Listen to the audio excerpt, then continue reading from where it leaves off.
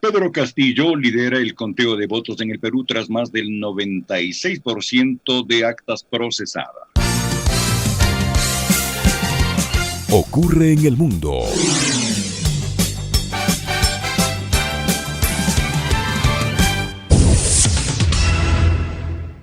Con el 96.43% de las actas electorales contabilizadas, el candidato a la presidencia del Perú, Pedro Castillo, aventaja este martes 8 de junio a su contrincante por Fuerza Popular, Keiko Fujimori, luego que el candidato le dio la vuelta a los resultados preliminares.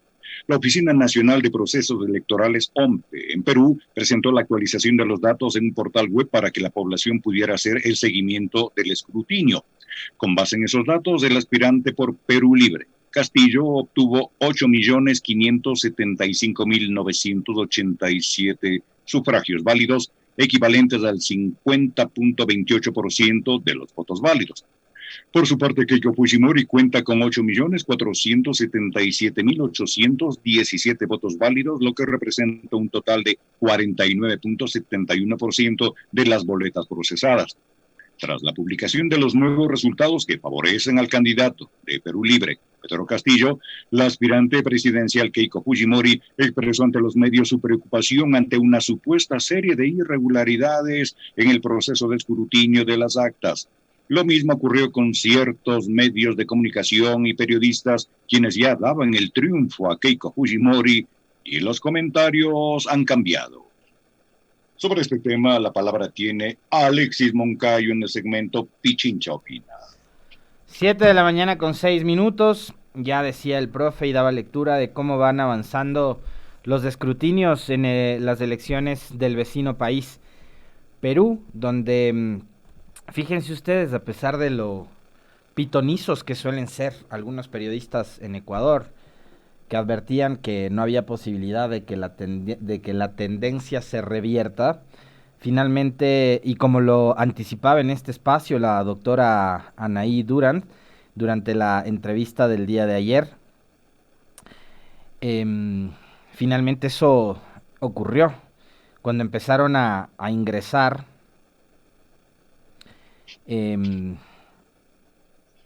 los datos de las zonas periféricas, de la zona de la ruralidad, de la Amazonía. Empezó a crecer la tendencia a favor del candidato de Perú Libre, de la izquierda, el señor Pedro Castillo, ¿no? Un humilde profesor que ha sido víctima de ataques injustificados, de los cuales vamos a ir hablando poco a poco más adelante. Decía el profe en la nota que con el 96% de actas procesadas, el candidato de la izquierda supera con el 50.3% de los votos a la candidata de la derecha, Keiko Fujimori, quien ayer, por cierto, salió en horas de la noche a denunciar un fraude sistemático en las elecciones. Y esto es un poco, digamos, como anecdótico, ¿no? Los medios internacionales recogen las declaraciones de Pedro Castillo a partir de esta exposición pública de Keiko Fujimori, quien se presenta por tercera vez a una elección presidencial. Ya se enfrentó con Ollanta Humala hace, me parece que unos 12 años, hace 4 se enfrentó a Pedro Pablo Kuczynski y ahora se enfrenta a Pedro Castillo, o hace 8 años se enfrentó a Ollanta Humala, la señora Keiko Fujimori. El candidato Pedro Castillo de Perú Libre ha rechazado obviamente las acusaciones de fraude en las elecciones peruanas y ha animado a sus simpatizantes a defender el voto en una vigilia histórica, así la ha denominado el profesor Castillo. La candidata conservadora, Keiko Fujimori, denunció la noche de este lunes un fraude sistemático en la segunda vuelta electoral celebrada en Perú este domingo. Fujimori ha dicho en una rueda de prensa que su partido encontró una serie de irregularidades en el escrutinio sin entrar en mayores detalles. Fíjense las similitudes de esas denuncias de supuesto fraude sin presentar pruebas, ¿no? La denuncia de la candidata conservadora coincide con la ampliación de la ventaja obtenida hasta ahora por el izquierdista Pedro Castillo, según datos del escrutinio oficial difundido por la Oficina Nacional de Procesos Electorales, OMPE, Castillo suma el 50.3% de votos contra el 49.7% de Fujimori, una diferencia que se traduce en menos de 100,000 votos y un 0.50% más o menos. Según la última actualización, la Oficina Nacional de Procesos Electorales insiste en llamar a la paciencia ante un escrutinio que puede demorarse varios días. El conteo ya refleja el 99% del voto emitido en el Perú, pero aún quedan por escrutar gran parte del voto en el exterior, del voto de los peruanos que viven en el extranjero. Así que nosotros vamos todavía a seguir pendientes, analizando también en nuestro segmento de entrevistas qué es lo que está pasando en el Perú, porque además esta situación lo que provoca y en lo que se traduce también es en una serie de situaciones que se trasladan a las calles, ¿no? Donde simpatizantes de un bando y otro finalmente salen a defender lo suyo, pero también a generar algún tipo de escaramuzas o de enfrentamientos que, digamos, nada bien le van a hacer a la democracia peruana en estos momentos. Pero ¿qué es lo que ha pasado en el Perú? Y también, digamos, a partir de lo que vive el Perú el día de hoy, también genera en países como el nuestro, ¿no? Donde existen personajes que abusan del micrófono, de la pantalla, de los medios de comunicación para decir cualquier barbaridad. Un proceso democrático es la confrontación de ideas y la confrontación de proyectos que en este caso representan en algunas cosas tendencias, teorías y hasta formas de gobernar que son distintas. Yo ayer en el comentario les mencionaba cómo algunos personajes de, además, talla mundial, como viene a ser Mario Vargas Llosa, todos conocemos lo que representa Vargas Llosa para, por ejemplo, la literatura universal, pero además para el Perú, ¿no? Él fue candidato presidencial en el vecino país y tiene un nivel de influencia muy fuerte por todo lo que representa para la cultura, para las letras. Yo insisto una vez más, no solo de Perú, sino de la región y probablemente en el mundo entero, por lo que es Vargas Llosa. Pero hay gente también que por ese accionar político a Vargas Llosa un poco le ha ido perdiendo el respeto como actor político. Como escritor me parece que es fantástico y creo que debería dedicarse exclusivamente a eso. Pero él, en su momento que combatió al fujimorismo, por sumarse a esa ola, ¿no? Y por sumarse a esa corriente que busca estigmatizar a la izquierda, que busca etiquetar a la izquierda como que la izquierda fuera un sinónimo de terrorismo, de comunismo extremo además, ¿no? O sea, de corrupción, de mafia, de narcotráfico, etcétera, etcétera, etcétera. No se entienda el concepto comunismo con la mala acepción, pero es gente que vincula a la izquierda con lo más extremo de esa tendencia política. Y yo les soy sincero, a mí los extremos me dan terror, de izquierda o de derecha. O sea, a mí esa izquierda que, por ejemplo, en el Ecuador secuestró la educación durante décadas y que creía que la forma de hacer política era lanzando piedras, a mí me da pánico esa izquierda. Yo no coincido en lo absoluto con las ideas de esa izquierda. Pero acá tenemos un candidato que está pujando, que está pugnando, peleando por acceder a la primera magistratura de su país, además por vías democráticas, porque además toda esta gente, incluido Vargas Llosa, lo que ha tratado de decirle a la población en países como Ecuador incluso, porque recordemos que estuvo acá, ¿no? Auspiciando y empujando también la campaña electoral de Guillermo Lasso, es de una plataforma gigantesca que tiene recursos además que llegan desde distintos lugares del mundo, a la que pertenece Vargas Llosa y otro grupo de personajes que están recorriendo toda la región para meterle miedo a la gente, ¿no? Diciéndole además que si gana la izquierda, lo que se vienen son dictaduras. Porque para ellos además hay democracia única y exclusivamente cuando en las urnas ganan sus candidatos. Si ganan legítimamente, como ha sucedido en algunos países, recordemos lo que pasó en varias ocasiones en la propia Venezuela con Chávez, o en Ecuador con Correa, o en Bolivia con Evo Morales,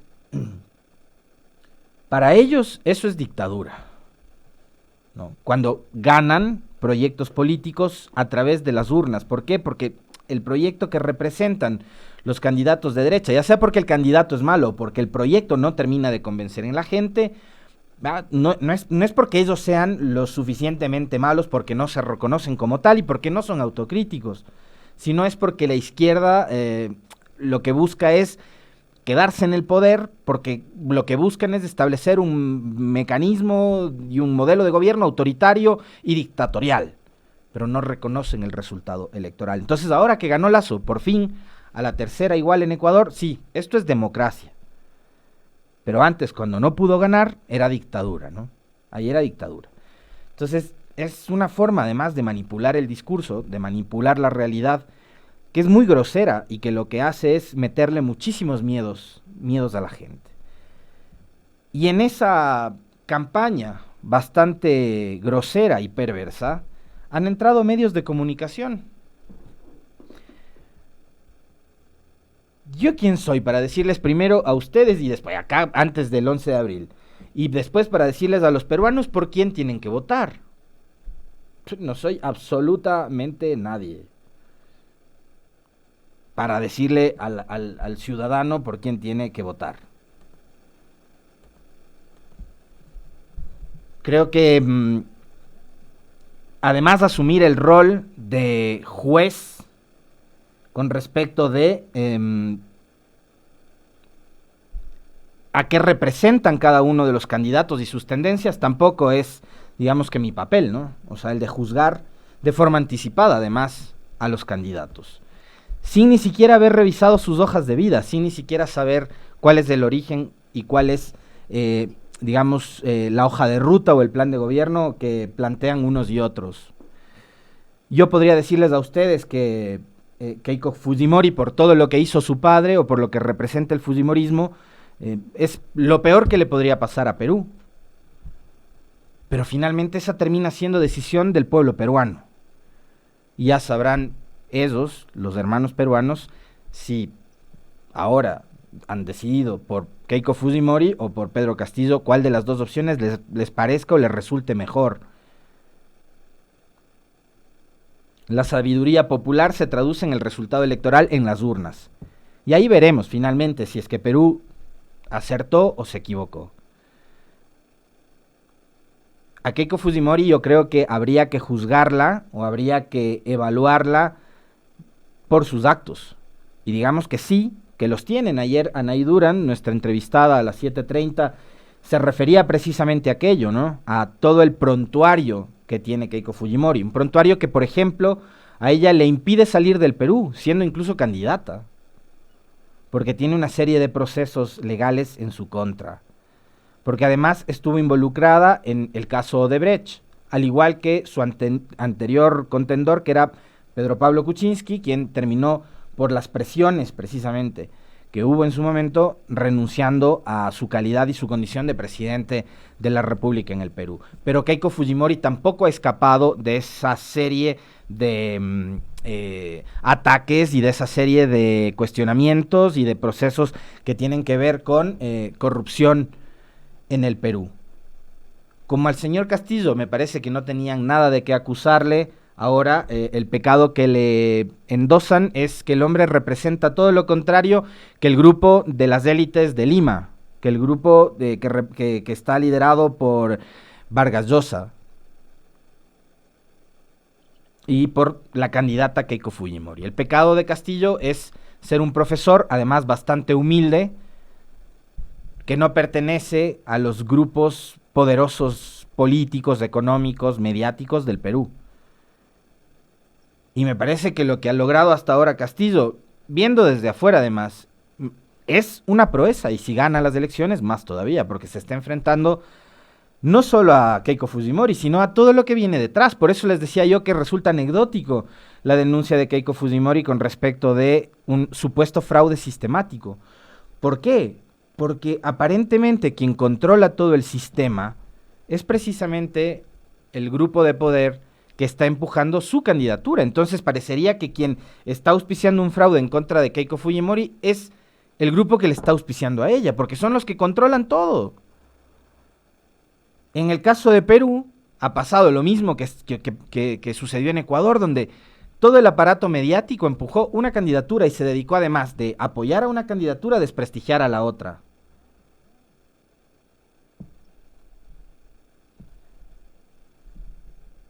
Es lo mismo, son, digamos, procesos o modelos calcados casi, los que vivimos acá y lo que ha sucedido en el Perú ahora mismo. Y de ahí ver a opinadores, a periodistas incluso, que se juegan, ¿no?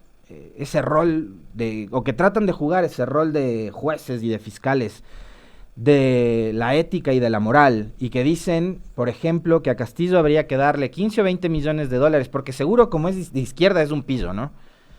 Esos ya saben, ya se anticiparon, ya lo condenaron, es corrupto Castillo, a pesar de que no tiene ningún proceso ni parecido siquiera por temas de malos manejos públicos, etcétera. Pero dicen, ya, ¿cuánto quiere? 15, 20 millones, le damos esos 15 millones y váyase, que no venga a terminar de hundir al Perú, que además del Perú parecería que es otra pequeña Suiza en medio de nuestro continente. Y una cosa que me parece que es lacerante, ¿no? Decir,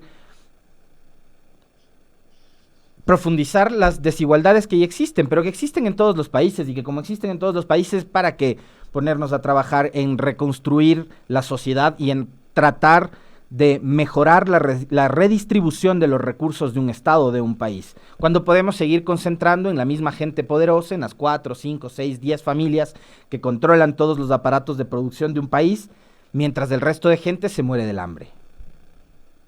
Porque ese es el sistema que para ellos es perfecto, ¿no? Entonces, cuando llega alguien que lo que busca es modificar ese sistema para mejorar la distribución de la riqueza de un estado, ya termina siendo una amenaza, se convierte en una amenaza. Y eso es lo que venden ahora los propios medios de comunicación. Y eso es, digamos, preocupante, porque digo, a ver, una cosa es empujar un discurso que lo que busque es el bien común, ¿no? El bienestar de la gran mayoría de la población, y otra únicamente defender el privilegio de unos pocos. Y eso es lo que aparentemente en Perú representa Keiko Fujimori y todo el aparato mediático que rodea la candidatura de Keiko Fujimori. Creo que hay que ver la realidad saliéndonos de ese metro cuadrado en el que a veces los seres humanos nos estancamos y tratamos hasta de no salir, ¿no? Vivimos en una burbuja atrapados pensando que lo que pasa en mi casa, o lo que pasa en mi cuadra, o lo que pasa en mi condominio privado, es lo que está enfrentando el ecuatoriano de a pie, afuera. No pensamos en el otro, no pensamos en la realidad que puede estar atravesando un ciudadano peruano, por ejemplo, ¿no? Que también se ha visto obligado por las taras que tiene este sistema a migrar, como lo que nos pasó a nosotros acá después del 99 o a inicios de este nuevo siglo. Una profunda crisis económica que nos obligó a más de 3 millones de ecuatorianos a buscar días mejores en otros países, separando familias, destruyendo hogares. Pero parecería que es mucho más cómodo quedarnos aquí sentados en una baldosa y desde ahí dejar de ver la realidad, ¿no? De lo que pueden enfrentar el resto de ciudadanos y el entorno. Es realmente lamentable, digamos, ver que tenemos una sociedad cada vez más con seres individuales, que, insisto, no terminamos pensando en el bien común, ni tratamos de ampliar un poco más esa visión que termina siendo bastante limitada y que es muchas veces producto de la influencia que tienen los relatos que se generan a través de los grandes medios, ¿no?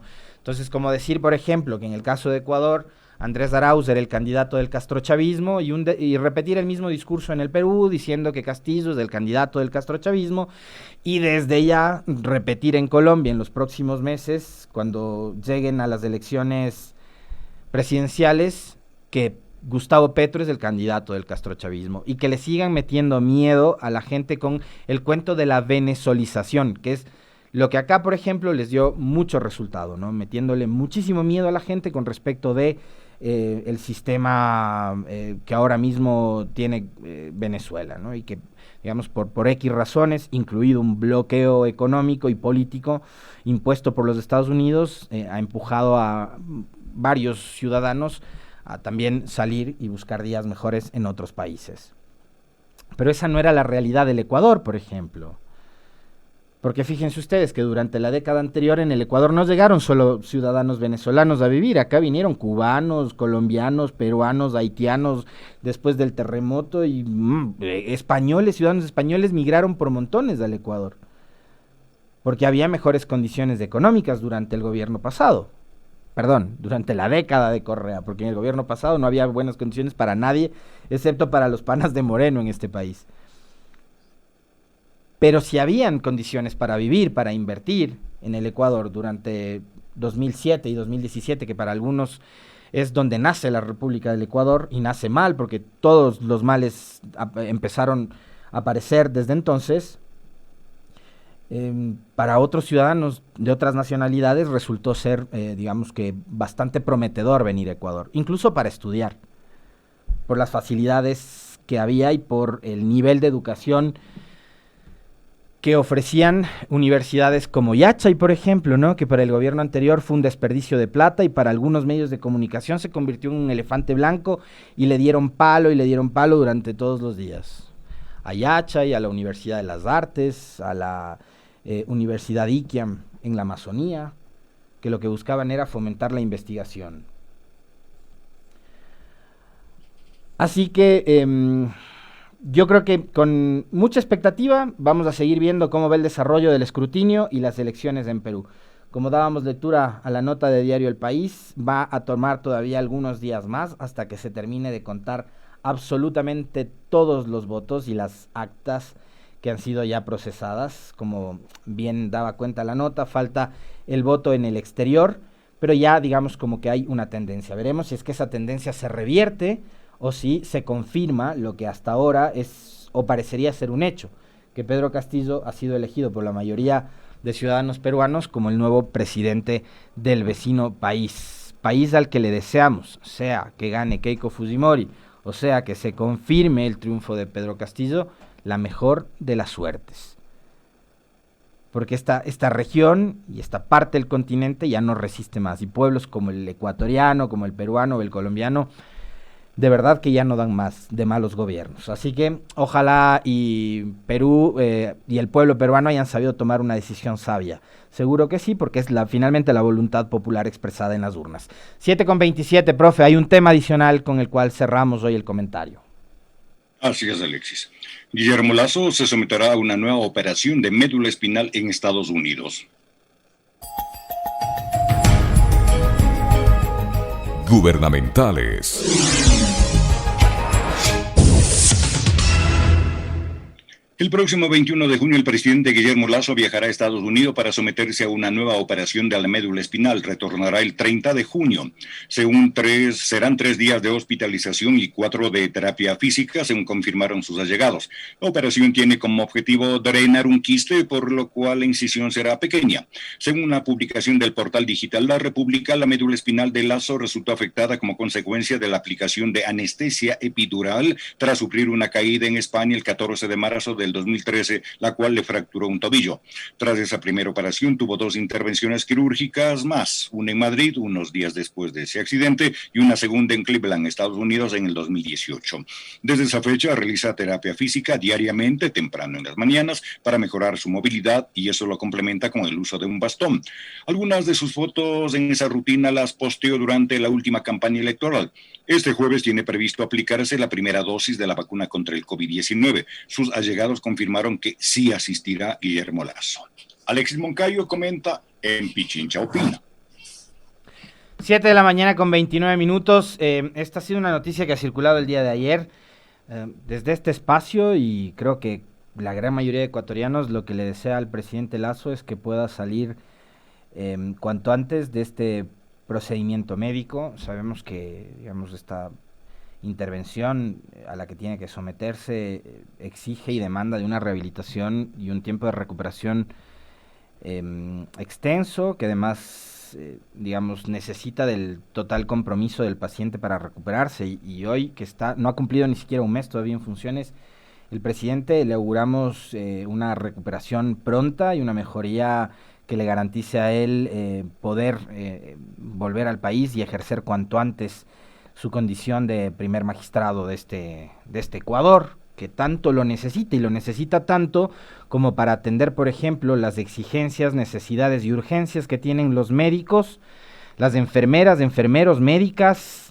personal de limpieza y también administrativo del Hospital Carlos Andrade Marín, que han protestado porque no tienen cómo atender a los pacientes. Entonces yo sí espero que el presidente Lasso se recupere cuanto antes de sus dolencias y afecciones en su salud, para que venga a atender estos casos que también necesitan de su total atención y tiempo. El IES, que es la institución que controla y que rige el Carlos Andrade Marín, todavía está sin presidente del directorio. Y esa es una tarea del gobierno actual, que usted representa, presidente Lasso.